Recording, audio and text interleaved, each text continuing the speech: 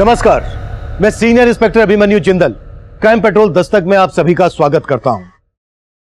दो नरकंकाल, एक Valentine day का कार्ड। यह केस बहुत ही अजीबोगरीब था। यह केस तब का है जब मैं मेरठ में पोस्टेड था। मेरठ में आए दिन गैंग वॉर, लूट, किडनैपिंग, मर्डर्स की वारदातें हमेशा हमें एज पर रखती थी। उसी दौरान यह केस मेरे सामने आया, जिसमें क्राइम के एंगल को समझना बिल्कुल आसान नहीं था। दो नरकंकाल का एक वैलेंटाइन डे के कार्ड से क्या कनेक्शन होगा? यह राज जितना विचित्र था, उतनी ही रोंगटे खड़े कर देने वाली इसकी हकीकत थी।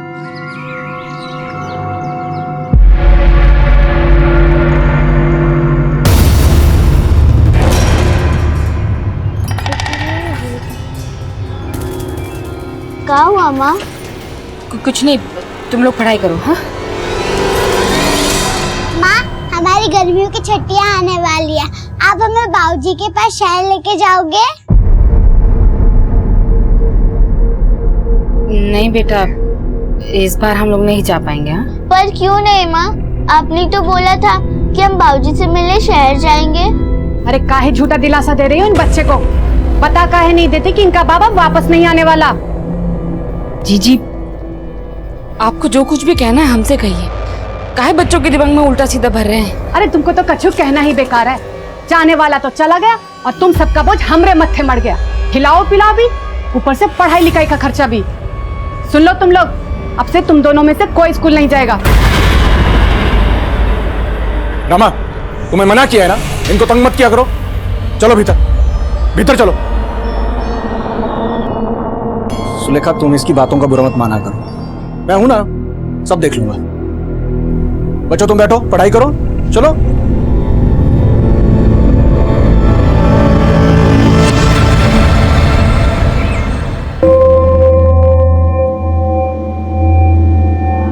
अब तुम्हारी बारी। अच्छा, तो इसलिए मुझे मार्केट भेज रहे थे ताकि इस नौकरानी के साथ रंगरलियां मना सको। कमरा साफ करने के लिए आई थी। सब समझती हूँ मैं, और तू चल निकल मेरे घर से, निकल।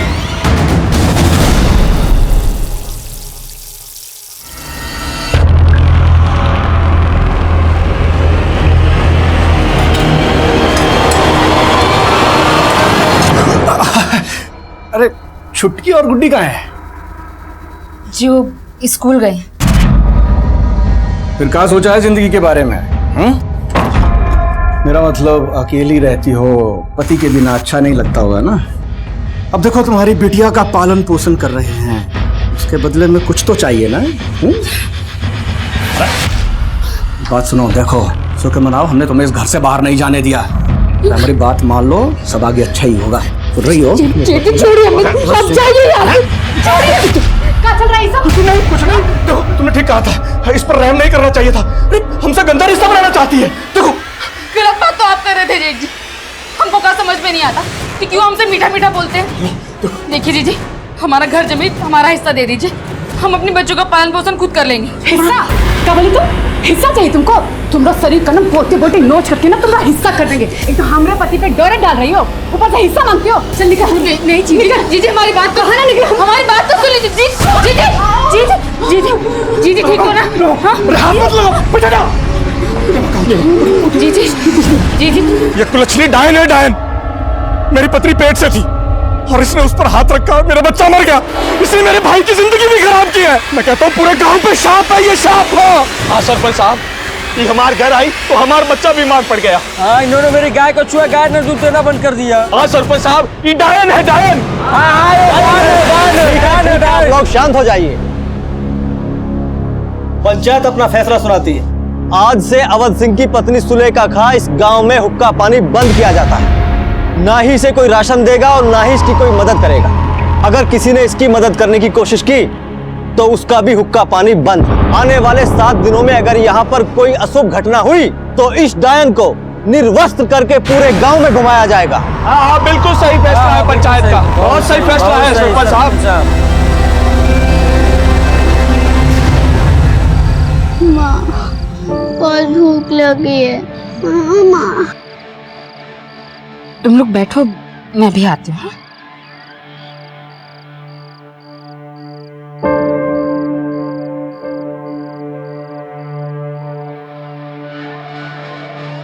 ये लो गुड़ का पानी, तुम दोनों थोड़ा थोड़ा पी लो। हाँ लो।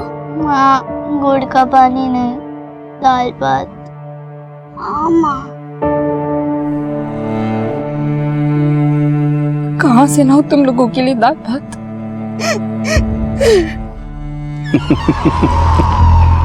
हमको आंख दिखाना कितनी बड़ी गलती थी, हाँ? पेट भर रहे थे हम तुम्हारा, और तुमने तो अपने पांव पे ही कुल्हाड़ी मार दी।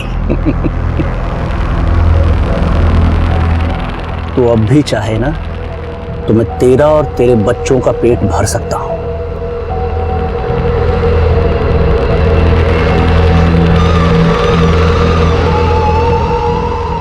गुड्डी छुटकी, ये लो और अंदर जाओ। जाओ।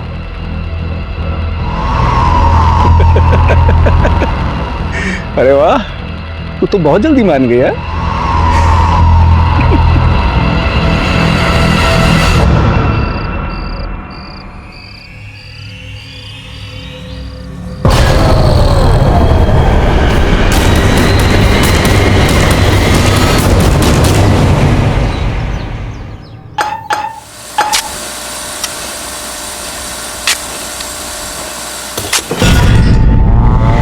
ठेकेदार साहब, क्या हुआ? ये देखिए हड्डी। एक काम करो, पूरा खोदो।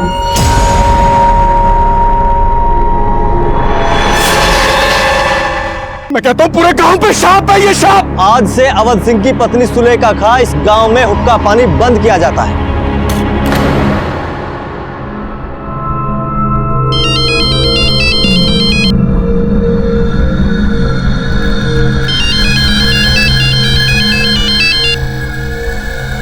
क्या हुआ?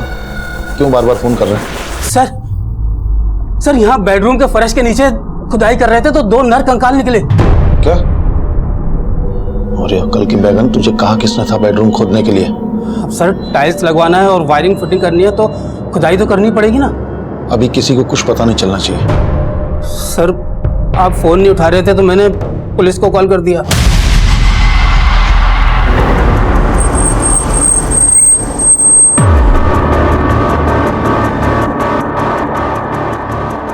अंदर क्या हुआ है हमें जानना है।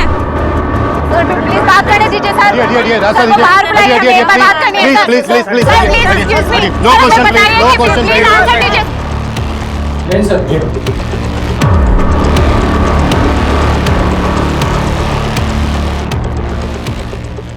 सर इस घर का मालिक मनोहर लाल है, और इस घर में जो ठेकेदार काम कर रहा है उसी ने मनोहर लाल को इन्फॉर्म किया था। देखो कुछ मिलता है के अंदर। सर घड़ी।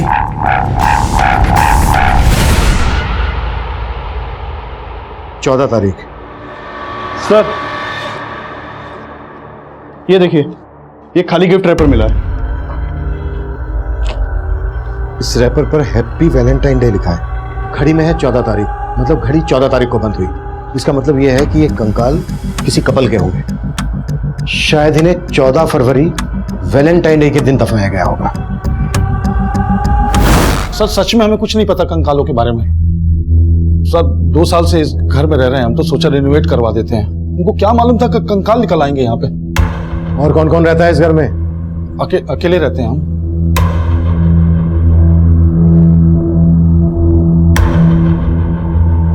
राठी, जिनके कंकाल है उन्हें कितने समय पहले दफनाया गया होगा? अभी ये बात बताना मुश्किल है सर, लेकिन पेल्विस को देख के लगता है कि एक स्केलेटन मेल है और एक फीमेल। तो किसी भी बॉडी को 1 साल दफनाने के बाद वो कंकाल में बदल जाती है। Thank you. राना, इस मनोहर लाल की कुंडली निकालो।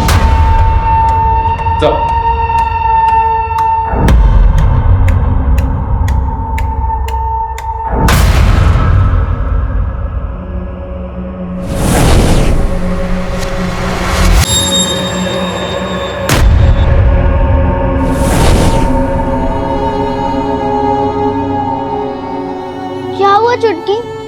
संभालो, हम हैं ना।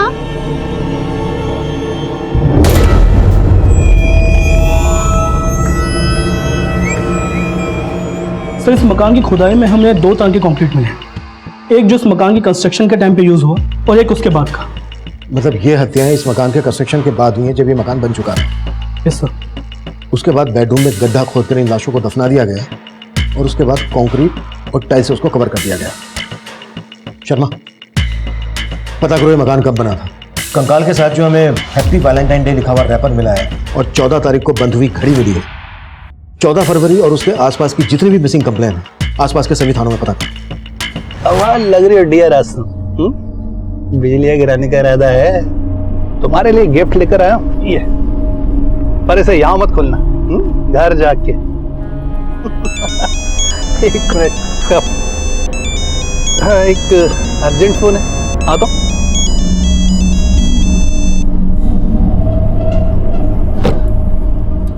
हाँ डियर, बोलो। पहले तुम बताओ कि तुम किस डियर के साथ हो। क्या बात कर रही हो तुम? अरे जरूरी मीटिंग में हूँ भाई। अच्छा, और मैं तुम्हारे ऑफिस में तुम्हारे मैनेजर के सामने खड़ी हूँ। अब तुम मुझे बताओ कि तुम्हारी किस लड़की के साथ मीटिंग चल रही है। कैसी? वो क्या? अगर 15 मिनट में तुम घर नहीं पहुँचे तो वहीं आकर तुम्हें और उस लड़की को जान से मार डालूंगी, समझे? अरे मनोहर की वाइफ रीमा गायब है? हाँ सर, 1.5 साल पहले तक तो रीमा का मनोहर जी के साथ ही रहती थी, पर अचानक फिर वो गायब हो गई। और जब भी हम मनोहर जी से इस बारे में पूछते थे तो वो टाल देते थे। क्या वजह हो सकती है? मनोहर का और उसकी बीवी का आपस में कोई झगड़ा? सर, दोनों में लड़ाई झगड़ा तो बहुत होता है। कई बार मैंने खुद उनको लड़ते हुए देखा था। सर, मैंने रीमा को बोला भी था कि वो जाके पुलिस में शिकायत कर दे, पर उसने मेरी सुनी नहीं। फिर उसके 1 हफ्ता बाद से वो दिखी नहीं और उसके जाने के बाद ही उसके घर में एक औरत का आना जाना शुरू हो गया। कौन थी वो औरत? शायद उसके ऑफिस की होगी। गुड्डी, ये फल है ना, वो सुंदर अंकल को देके आना और उनसे 175 रुपए लेके आना। ठीक है काकी, चल।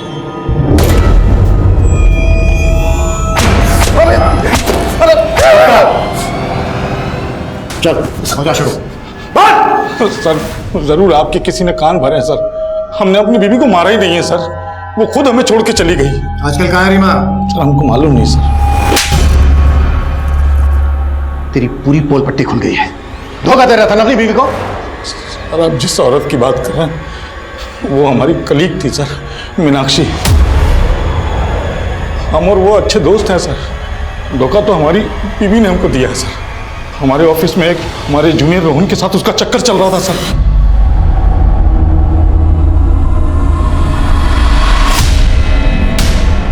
इसलिए तूने रीमा और रोहन को मारकर उस मकान के नीचे काट दिया, तो कंकाल मिले हमें वहां से। अब ये बोल, मीनाक्षी भी इसमें इन्वॉल्व थी? मीनाक्षी, मनोहर की बीवी गायब है और तुम्हारे दोस्त के घर से हमें 2 कंकाल मिले और तुम्हारे ऑफिस हमने ये भी पता लगा लिया कि रोहन भी तभी से गायब है जब से रीमा। तुमने नहीं तो क्या अकेले मनोहर ने कांड किया है? अपनी पत्नी का पता बोल, हमें उसके मैके वालों से मिलना है। सर, रीमा का यहाँ कोई नहीं था सर, और हम भी रीमा को अपनी शादी के सिर्फ 6 महीने पहले से ही जानते थे सर। रीमा मनोहर की दूसरी पत्नी है। पहली पत्नी तो 10 साल पहले ही गुजर गई थी। 2 साल पहले ही रीमा और मनोहर ने शादी की थी। सर, वो कंकाल रीमा और रोहन के हैं ही नहीं, पुराना कांड है सर। कोई हमसे पहले जो रहता होगा ना, उसने किसी कपल को गाड़ दिया होगा वहां ले जाके। तेरे से पहले कौन रहता था वहां? सर, ओम प्रकाश बिल्डर से लिया था हमने मकान। आज कहाँ ले जा रहे हो हनी? आज हाईवे रिसोर्ट पे कमरा बुक किया है तुम्हारे लिए। इसका फोन आ गया, एक मिनट। हाँ बोलो। सर, कहाँ हैं आप? क्या? मेरी बीवी फिर से ऑफिस आ गई क्या? सर, बीवी नहीं, आफत आई है। पुलिस को आपके घर से 2 कंकाल मिले हैं। क्या बकवास कर रहे हो तुम? किसने खबर दी है तुम्हें? सर, अगर आपके पास फुर्सत है तो खुद चेक कर लीजिए। टीवी, अखबार, सोशल मीडिया सब में खबर चल रही है।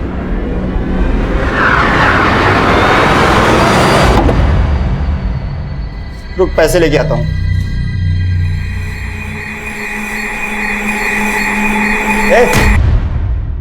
चोरी करने का इरादा है? नहीं अंकल। अंकल की बच्ची, बताओ तेरे मालकिन को। मैंने तुम पे भरोसा किया और मुझे ये क्या सुनने को मिल रहा है? तुम चोरी कर रही थी? नहीं काकी। मैं कम इन सर? यस कम इन। सर, मैं रजिस्ट्रार ऑफिस में रजिस्ट्रार से मिला था तो पता चला कि वो मकान 10 साल पहले बनाया गया था और सबसे पहले वो मकान ओम प्रकाश नाम के बिल्डर ने बनाया था।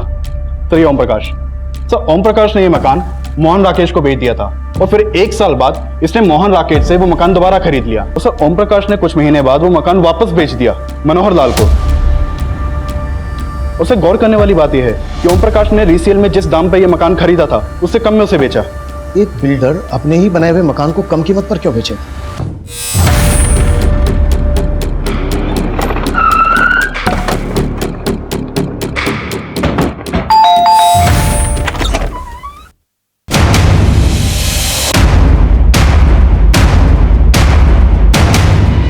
आपने अपना मकान कम कीमत में बेचा। ऐसा होता नहीं है कि कोई बिल्डर खुद की बनाई हुई प्रॉपर्टी नुकसान में बेचे। नहीं नहीं, वैसी बात नहीं है सर। क्या है, मेरे को फैमिली के लिए थोड़ा बड़ा घर चाहिए था, इसलिए मैंने वो घर निकाल दिया। बाकी और कोई बात नहीं है सर। कहीं ऐसा तो नहीं है कि कम कीमत में इसलिए बेचा क्योंकि 2 लाशें दफन थी जमीन के नीचे, उस कपल को मार के गाड़ दिया? कौन थे वो लोग जिनके कंकाल मिले हमें? सर ये आप क्या कह रहे हैं? मुझे कुछ भी पता नहीं है सर। मैंने वो मकान बनवाया जरूर था, लेकिन मैं कभी रहने के लिए नहीं गया। मैंने वो मकान मोहन राकेश को बेचा था सर। वो हापुड़ में रहता है। बाद में उसको वो मकान दोबारा बेचना था तो मैंने खरीद लिया सर। ये लीजिए, बाकी मैं ट्रांसफर कर दूंगा।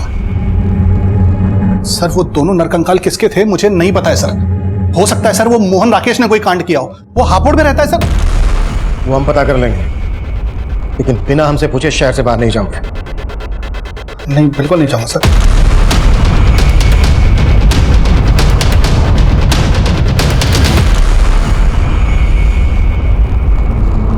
अच्छे से छिलना और छोटा छोटा काटना, ध्यान से, जल्दी कर।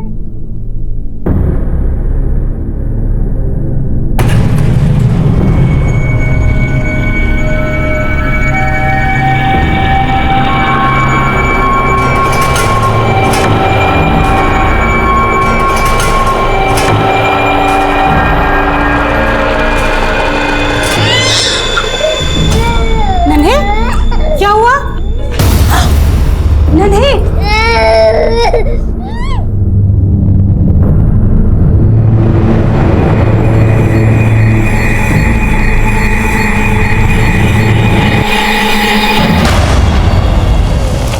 सर वो घर मैंने 2010 में खरीदा था, फिर मेरा मुंबई में ट्रांसफर हो गया।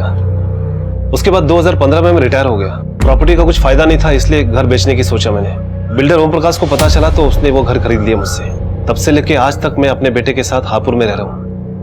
कहीं ऐसा तो नहीं है कि पहले 2 लाशें दफन कर दी और उसके बाद घर बेच दिया? नहीं सर, कुछ समय के लिए मैंने वो घर किराए पर दिया था एक रिटायर आर्मी वाले को। चंदन सिंह नाम था उसका। आप घर की बिल्कुल फिक्र ना करें, अपने घर की तरह हिफाजत करूंगा। 1 साल तक चंदन किराया बराबर भेजता रहा। उसके बाद अचानक उसने पैसे भेजना बंद कर दिया। मैंने उसे बहुत कॉल किया, लेकिन उसने मेरे एक कॉल का भी जवाब नहीं दिया सर। फिर मजबूर होकर 2-3 महीने के बाद मैं उसे मिलने गया तो घर में ताला लगा हुआ था और चंदन का भी कहीं अता पता नहीं था। चंदन सिंह का फोन नंबर और कहां का रहने वाला था ये? हाँ, लगभग 1 साल रहा मैं उस घर में और फिर मुझे छोड़ना पड़ा क्योंकि किराया बहुत ज्यादा था। 12 महीने का किराया तो मैंने एडवांस में दिया था। आप चाहें तो मेरे बैंक अकाउंट के स्टेटमेंट से चेक कर सकते हैं। राकेश लेकिन झूठ बोल रहा है कि मैंने उसे बिना बताए मकान खाली किया। ठीक है। चंदन का कहना है कि मोहन राकेश झूठ बोल रहा है।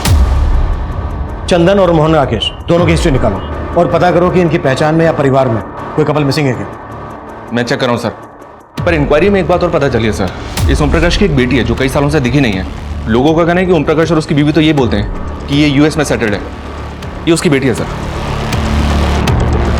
ठीक है, रीमा और रोहन के साथ साथ ओम प्रकाश की इस बेटी के बारे में पता करो कि वाकई में यूएस में है क्या फिर इसमें कोई ऑनर किलिंग का एंगल है। Okay sir. अरे अब तो मैं घर से बाहर भी नहीं जाता। अब किस बात की टेंशन ले रही हो? टेंशन तो मेरी जिंदगी में उसी दिन घर कर गई थी जिस दिन तुमसे मेरी शादी हुई थी।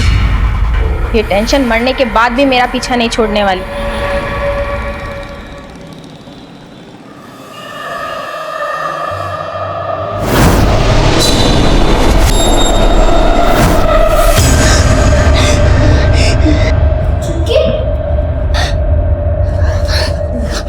क्या हुआ चुटकी? फिर से वही सपना देखो। चुटकी चुप हो जा। चुटकी कुछ नहीं हुआ। क्या हो रहा है ये? कुछ नहीं, वो बच्चे ने भयानक सपना देखा। क्या लोग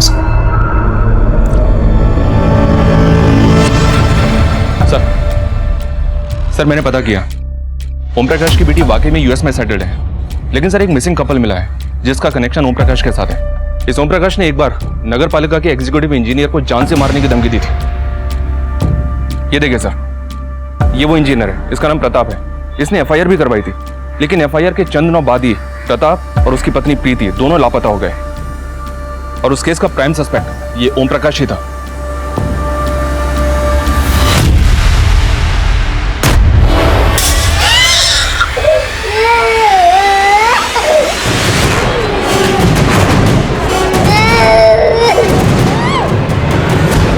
कर्म जैसे जला दिया ना मेरे बेटे को। हाँ, अब बताती हूँ मुझे जलन क्या होती है। चल बताती हूँ। हाँ? जलाया ना मेरे बेटे को, जलाया। अब देख, अब देख क्या करती है। मेरी बहन को मारेगी तू? भाग चुटकी, जल्दी कर। रुक बुढ़ी, रुक। तू जानबूझ के टकराया था ना मुझसे? सच में जला दूं? देखो, अगर नन्ही के साथ कुछ किया ना तो मैं तुम दोनों को अंदर करवा दूंगी।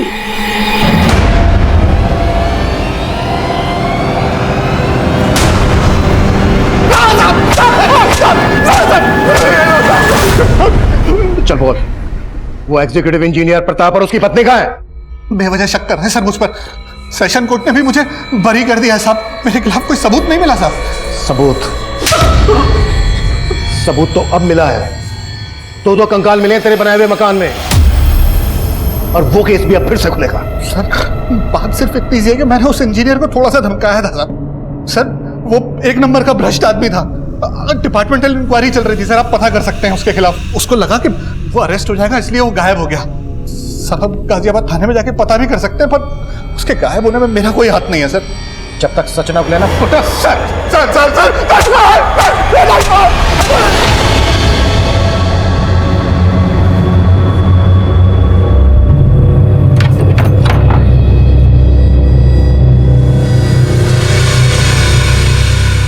नन्हे बेटा, क्या हुआ बेटा? हाँ नन्हे, क्या हुआ बेटा?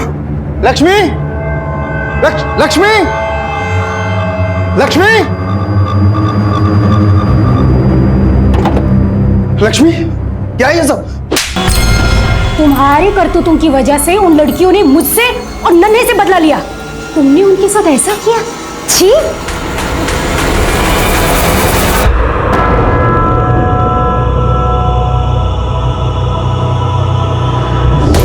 ए, रुको!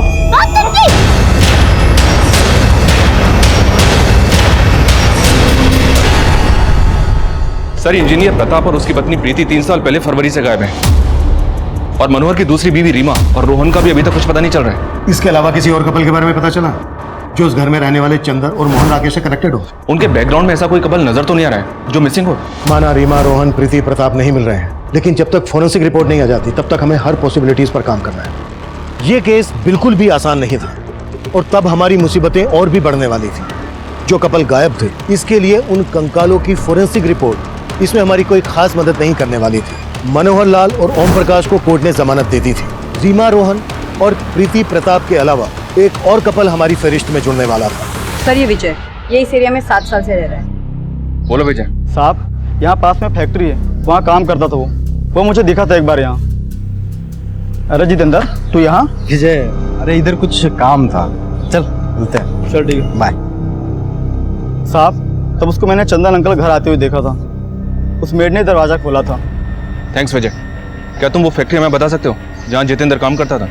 जी, यहीं पास में है। जी हाँ, मैं जब वहाँ रहता था तो एक मेड कुछ दिन के लिए मेरे यहाँ काम करने आया करती थी, लेकिन मैं किसी जितेंद्र को नहीं जानता। मुझे तो ये भी नहीं पता कि कोई जितेंद्र नाम का आदमी उस मेड से मिलने आया करता था। अब कहाँ है वो मेड? मुझे इस बारे में नहीं पता सर। उसने सिर्फ 6-7 दिन मेरे यहाँ काम किया था, मुझे तो अब उसका नाम तक याद नहीं है। कोई 6-7 दिन के लिए मेड तो रखता नहीं। कहीं ऐसा तो नहीं है कि वो आपकी मेड नहीं कोई और थी जिसका जितेंद्र के साथ अफेयर था? जितेंद्र भी 2 साल से गायब है। नहीं, वो दोनों कंकाल इन्हीं दोनों के तो नहीं? अरे सर कैसी बात कर रहे हैं आप? उस दौरान मुझे एक मेड की जरूरत थी, इसलिए मैंने आसपास के लोगों को बोला था और वो खुद काम मांगने आई थी मेरे पास। आपको काम वाली बाई की जरूरत थी? हाँ हाँ जी, मैं घर के सारे काम करती हूँ, आप मुझे रख लीजिए। सर उसने सिर्फ 6-7 दिन काम किया था, उसके बाद अचानक आना बंद कर दिया। मुझे लगा शायद इसको काम जमा नहीं होगा। शिव जी सर मैं उस फैक्ट्री के मैनेजर से मिला। उसने बताया कि 2 साल पहले जितेंद्र ने अचानक से फैक्ट्री आना बंद कर दिया था।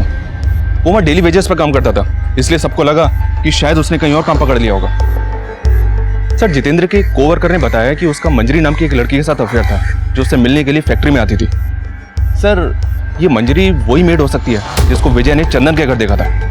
फैक्ट्री से जितेंद्र का नंबर मिला तो है, लेकिन बंद है। उस नंबर के कॉल रिकॉर्ड चेक लो और पता करो कि वो नंबर कौन से एड्रेस पर रजिस्टर्ड है। Right sir.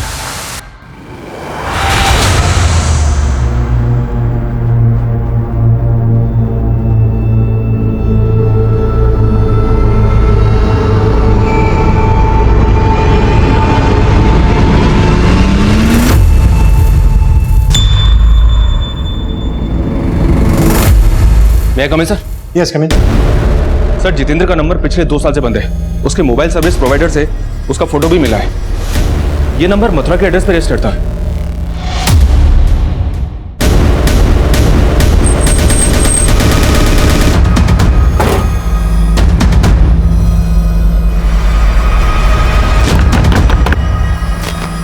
जितेंद्र जी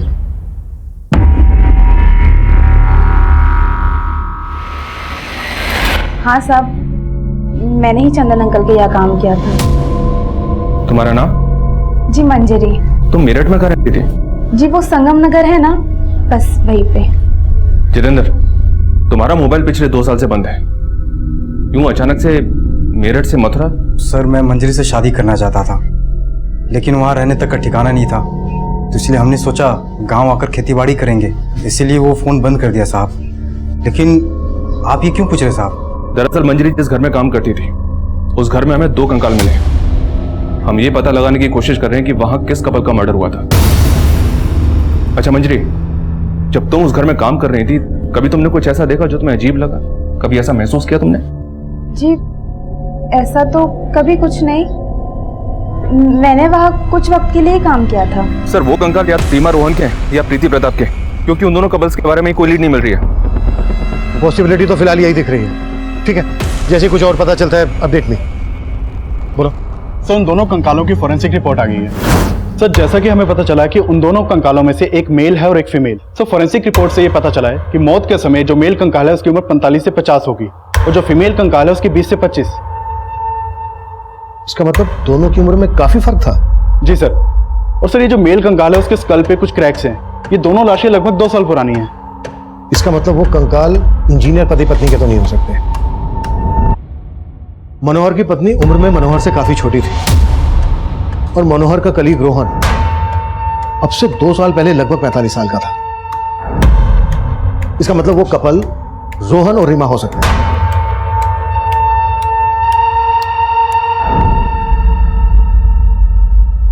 राना, मनोहर को लेके आओ क्विक।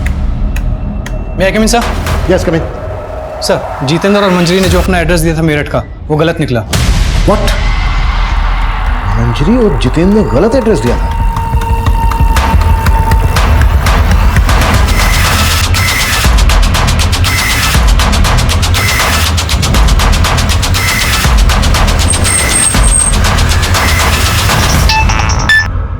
हेलो सर मनोहर गायब है, ना ऑफिस में है ना घर में है, और अपना फोन भी बंद कर रखा उसने। व्हाट? मंजरी और जितेंद्र भी गायब है? हाँ सर, पड़ोसी ने सुबह उन्हें बैगेज के साथ जाते हुए देखा है। उन दोनों के करंट फोन नंबर्स भी बंद हैं। इनकी एक एक डिटेल चाहिए मुझे। पता करो कि मनोहर के साथ इनका क्या कनेक्शन है। Okay sir. माना मंजरी और जितेंद्र की इंटेंशन हम पहले नहीं समझ पाए, लेकिन ये मनोहर हमारी नाक के नीचे से कैसे गायब हो गया? कैसे भी करके मनोहर मुझे अंदर चाहिए, कहीं से भी खोद के निकालो उसे, लेकिन जल्दी। सर मंजरी और जितेंद्र को पहले हम विक्टिम मान रहे थे, लेकिन ये तो खिलाड़ी निकले। मंजरी चंदन के यहां पर मेट थी। हो सकता है मंजरी ने जितेंद्र के साथ मिलकर चंदन के एब्सेंस में ये कांड किया हो। आई फील मनोहर का भी इन दोनों के साथ कनेक्शन होगा। इन सब के पिछले 2 साल पुराने कॉल रिकॉर्ड्स निकलवाओ जल्दी। सर।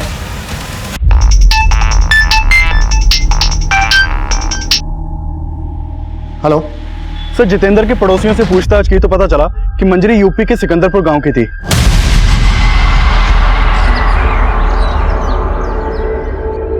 मंजरी को यहाँ गांव में पहले गुड्डी बुलाते थे। उसकी एक छोटी बहन चुटकी भी थी, उसका नाम पलक था। 10 साल पहले मैंने उनको आखिरी बार देखा था। अगर मैंने उन्हें नहीं बचाया होता तो उन बेचारियों का भी वही हश्र होता जो उनकी माँ का हुआ। अरे वाह, तू तो बहुत जल्दी मान गया। वो हमारा सिर्फ दाना पानी बंद करवा सकता है, अपने वासना की भूख नहीं मिटा सकता, समझो? जिंदा नहीं छोड़ोगे।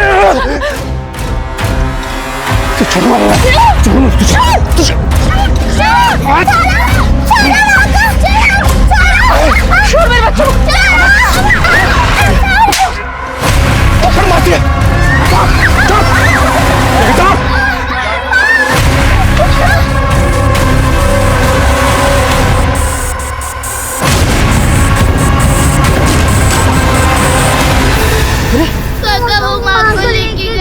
चिंता मत करो, मैं हूं ना, मैं हूं तुम्हारे साथ। चलो आ जाओ, आ जाओ, चलो।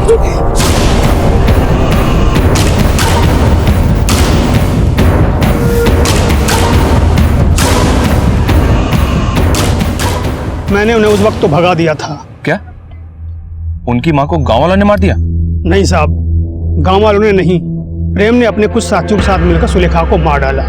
गांव वालों के लिए सुलेखा पहले से ही डाइन साबित हो चुकी थी। उसकी मौत पर आंसू बहाने वाला कोई नहीं था। तरह तरह की भ्रांतियां भर दी गांव वालों के मन में। उसका फल मिला उसे, तिल तिल के मरा। 2 साल तक खाट से नहीं उठा मरने से पहले।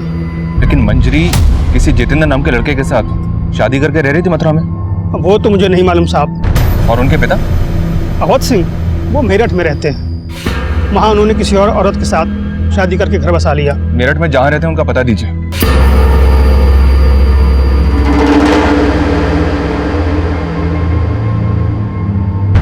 अपनी माँ की हत्या के बाद वो शहर चली आई थी। उन्हें तो ये भी नहीं मालूम था कि मैं यहाँ रहता था। उनके पास मेरा एक फोटो था बस। फिर एक फल बेचने वाली औरत की मदद से उन्होंने मेरा पता लगा लिया। ये मेरी सेकंड वाइफ है, लक्ष्मी। मैंने इन्हें भी नहीं बताया था कि मैं पहले से शादीशुदा था। मैं उन दोनों को घर में नौकरानी बना कर ले आया था और वो ये बर्दाश्त नहीं कर पाए कि उनकी माँ का हक मैंने लक्ष्मी को दिया और उनका हक नन्हे को। फिर एक दिन गुस्से में उन्होंने लक्ष्मी को सब कुछ बता दिया। दरवाजा खोल। तुम ही हो कारण जिसके वजह से हमारे बाबूजी ने हमारी माँ को छोड़ा था। क्या? ये क्या कह रही हो तुम? हाँ, वो सिर्फ नन्हे के नहीं, वो हमारे भी बाबूजी है। और तुम हमें नौकरों की तरह मारती हो, लेकिन अब नहीं सहेंगे हम। अब हम नन्हे को मारेंगे। प्लीज मेरी बात सुन। इसमें नन्हे की क्या गलती है? मैं तो खुद भी नहीं जानती थी कि वो तुम्हारी भी बाबूजी है। प्लीज बेटा, नन्हे के साथ कुछ मत करना। वो दोनों पिघल गई थी, कसूर उनका नहीं इनका था। मैंने तो फिर भी इनको माफ कर दिया, लेकिन वो शायद कभी इनको नहीं माफ करेंगे। इस वक्त कहाँ हैं दोनों बहनें? सर वो तो उसी दिन चली गई थी और उसके बाद लौट के घर वापस नहीं आई। कहीं ऐसा तो नहीं है कि आप जानते हैं मंजरी कहाँ है और जानबूझकर हमें नहीं बता रहे हैं? सर हमें कुछ नहीं पता। हम सच में आपसे कुछ नहीं छुपा रहे। सर उस फ्रूट बेचने वाली को गुजरे भी सालों हो चुके हैं जब पलक और मंजरी काम करती थी। ना तो जितेंद्र का कुछ पता चल रहा है और ना ही मनोहर के बारे में कोई लीड मिल रही है। मैं coming sir? Yes coming. Sir Manjari 2 साल से जितेंद्र के साथ जहां रह रही थी वहां कभी किसी ने पलक को नहीं देखा। और जितेंद्र के पड़ोसियों को तो ये तक पता नहीं कि मंजरी की कोई छोटी बहन भी है। इसका मतलब मंजरी के साथ साथ उसकी छोटी बहन पलक भी 2 साल से गायब है। गायब तो मनोहर भी है सर, और उससे हमें उसकी पत्नी रीमा के बैकग्राउंड का पता नहीं चला। तुम कहना चाह रहे हो कि पलक ही रीमा है और पलक नाम बदलकर मनोहर की जिंदगी में आई। इसी वजह से जितेंद्र और मंजरी के साथ साथ मनोहर भी गायब है। अब तक जो बातें सामने आई हैं उससे तो यही लगता है कि मंजरी अपनी छोटी बहन पलक को लेकर बहुत प्रोटेक्टिव थी। अगर पलक का मर्डर हुआ है तो फिर मंजरी भागी क्यों? क्या मंजरी भी अपनी छोटी बहन पलक के मर्डर में इन्वॉल्व है?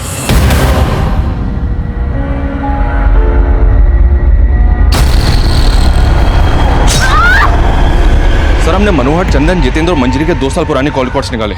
मनोहर का जितेंद्र और मंजरी के साथ तो कोई कनेक्शन नहीं मिला है, लेकिन चंदन, जितेंद्र और मंजरी के कॉल रिकॉर्ड्स में एक कॉमन नंबर मिला है। वो नंबर किसी सोहनलाल का है। ये सोहनलाल है सर, और इसका फोन भी 2 साल से बंद है। सर मंजरी के ऊपर कोसी हाईवे के पास रुद्रनगर में जानलेवा हमला हुआ है और कोसी पुलिस ने मंजरी की फोटो सारे थानों में सर्कुलेट कर दिया है। सर जिस वक्त मंजरी के ऊपर हमला हुआ उसका बच्चा भी उसके साथ था।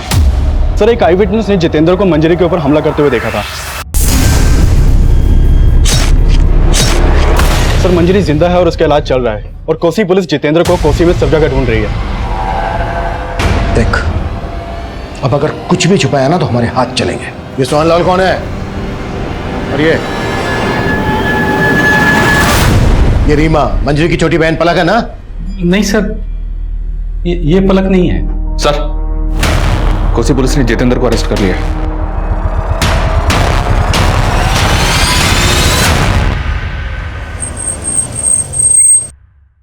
मैं और छुटकी हमेशा माँ से पूछती थी, माँ हमारी गर्मियों की छुट्टियां आने वाली है, आप हमें बाबूजी के पास शहर लेके जाओगे? लेकिन माँ कोई ना कोई बहाना बना के बाहर डाल लेती थी। तब हमें समझ नहीं आता था माँ बाबूजी की बेवफाई की सजा काट रही थी और मेरे ताऊ तो मेरे बाबूजी से भी गई गुजर निकले। अपनी गंदी नीयत पर पर्दा डालने के लिए उन्होंने पूरे गांव के सामने मेरी माँ को डायन साबित कर दिया। आखिरी बार माँ की शक्ल भी नहीं देख पाए हम दोनों बहनें। हमें बस इतना पता था कि हमारे बाबूजी यहाँ मेरठ में रहते हैं, तो हम दोनों बहनें मेरठ चले आए।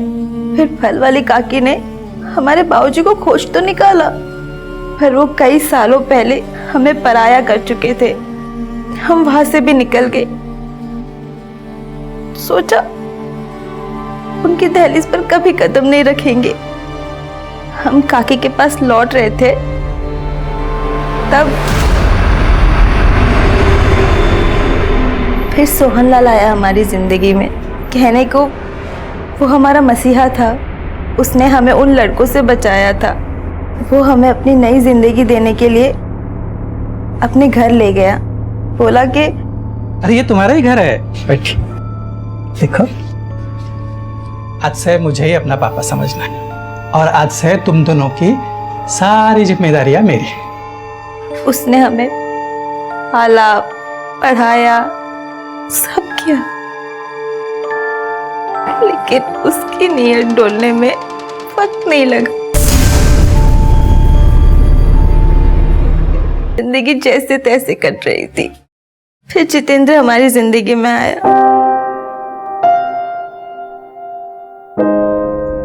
मैं मंजरी के लिए किसी हद तक जा सकता था साहब, लेकिन तब तक उसने बताया नहीं कि उसका मुंह बोला बाप सोहनलाल उसका रेप करता था। सिर्फ सोहनलाल ही नहीं, उसका दोस्त चंदन भी।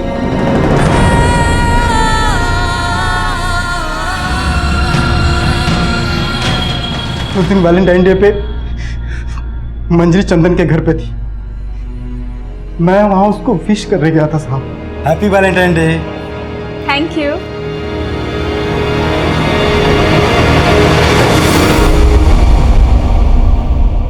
ये क्या हो रहा है मेरे घर पे? एक और तू साले, तेरे इतनी मजाल, तू मेरे घर पे। अगर मैं उस शैतान को पहले ही मार देती तो आज मेरी चुटकी। साहब मैं बहुत घबरा गया था। मेरी चुटकी। जितेंद्र ने मंजरी के लिए और मैंने अपने लिए लाश वहीं गाड़ने का फैसला किया।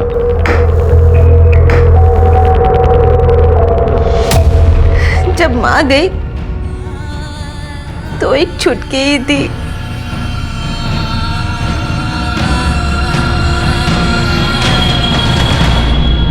जिससे लिपट कर रो सकती थी, लेकिन अब वो चली गई है तो कोई नहीं है।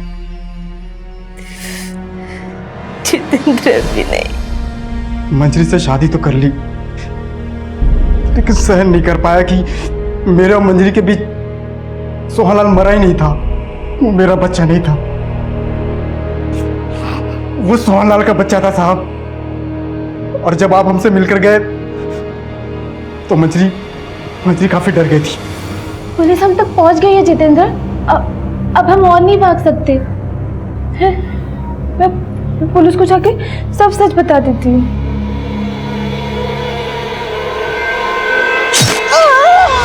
मर जाती तो जरूर पछतावा होता साहब। अगर अभी कोई पछतावा नहीं है, जिंदगी ने जो दिया है सब कुछ आपके सामने रख दिया। बस इतनी सी गुजारिश है कि मेरी बेटी वो बने जो मेरी और मेरी छुटकी की किस्मत में नहीं था।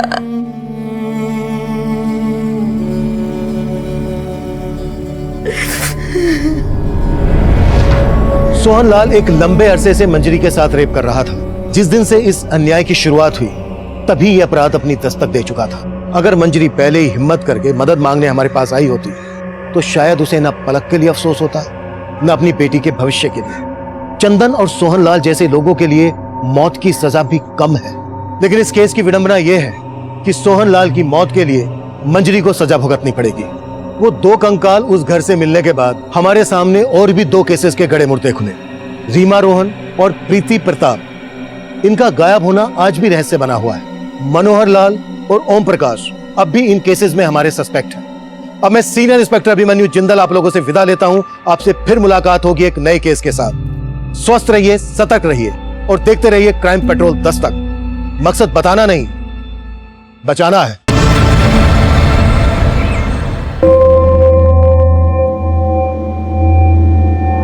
अब तुम्हारी बारी। अच्छा, तो इसलिए मुझे मार्केट भेज रहे थे ताकि इस नौकरानी के साथ रंगरलियां मना सको। कमरा साफ करने के लिए आई थी। सब समझती हूँ मैं। और तू चल निकल मेरे घर से, निकल।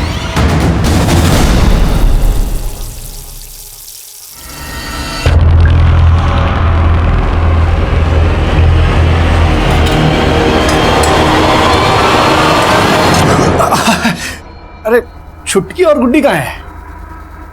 जो स्कूल गए। फिर क्या सोचा है जिंदगी के बारे में? मेरा मतलब अकेली रहती हो, पति के बिना अच्छा नहीं लगता होगा ना। अब देखो तुम्हारी बिटिया का पालन पोषण कर रहे हैं, उसके बदले में कुछ तो चाहिए ना। बात सुनो, देखो शुक्र मनाओ हमने तुम्हें इस घर से बाहर नहीं जाने दिया। हमारी बात मान लो, सब आगे अच्छा ही होगा। सुन रही हो? छोड़िए हमें, अब जाइए यार। छोड़िए। क्या चल रहा है सब? कुछ नहीं। देखो तुमने ठीक कहा था, इस पर रहम नहीं करना चाहिए था। अरे हमसे गंदा रिश्ता बनाना चाहती है। देखो गलत बात तो आप कर रहे थे जेठ जी। हमको क्या समझ में नहीं आता कि क्यों हमसे मीठा मीठा बोलते हैं।